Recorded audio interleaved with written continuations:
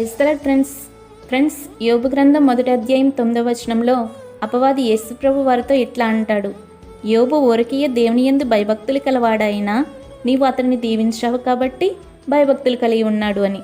Friends, ఈ మాటలు కొంచెం లోతుగా ఆలోచిస్తే, ఓ యేసు, ఈ భూమి మీద నీ కోసం నిజంగా భక్తి చేసేవారు ఎవరూ లేరు, నిన్ను ఎవరైనా ఆరాధిస్తున్నారు అంటే నీవు ఇచ్చిన దాన్ని బట్టో లేక నీవు ఇచ్చేదాన్ని బట్టో నిన్ను ఆరాధిస్తారు తప్ప నిన్నుగా ఎవరూ ప్రేమించరు అని.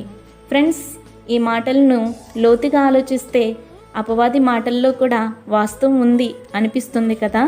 ఫ్రెండ్స్, నేటి దినాలలో చాలామంది లాభాపేక్షతోనే భక్తి చేస్తున్నారే తప్ప నీవు నాకు ఏమిచ్చినా ఇవ్వకపోయినా పర్వాలేదు దేవా, నీవు నాకుంటే అంతే చాలు, నాలో ఊపిరి ఉన్నంత వరకు నిన్నే ఆరాధిస్తానయ్యా అంటూ భక్తి చేసేవారు ఎంతమంది ఉన్నారు చెప్పండి.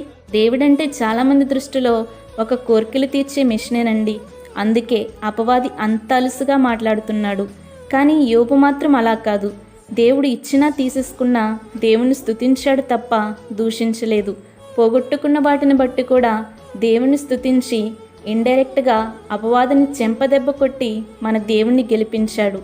మరి మీరు నేను చేసే భక్తి మన దేవుణ్ణి గెలిపించేదిగా ఉంటుందా లేక అపవాదిని జోకొట్టినట్టుగా ఉంటుందా అనేది ఎవరికి వారమే ప్రశ్నించుకోవాలి ఫ్రెండ్స్.